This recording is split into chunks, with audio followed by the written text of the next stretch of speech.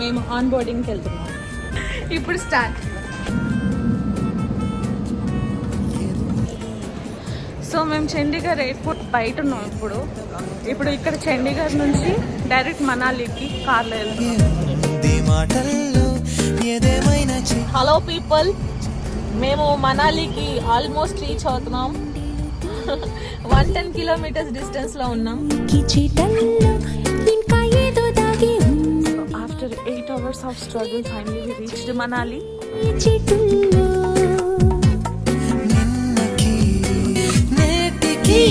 అబ్బాయి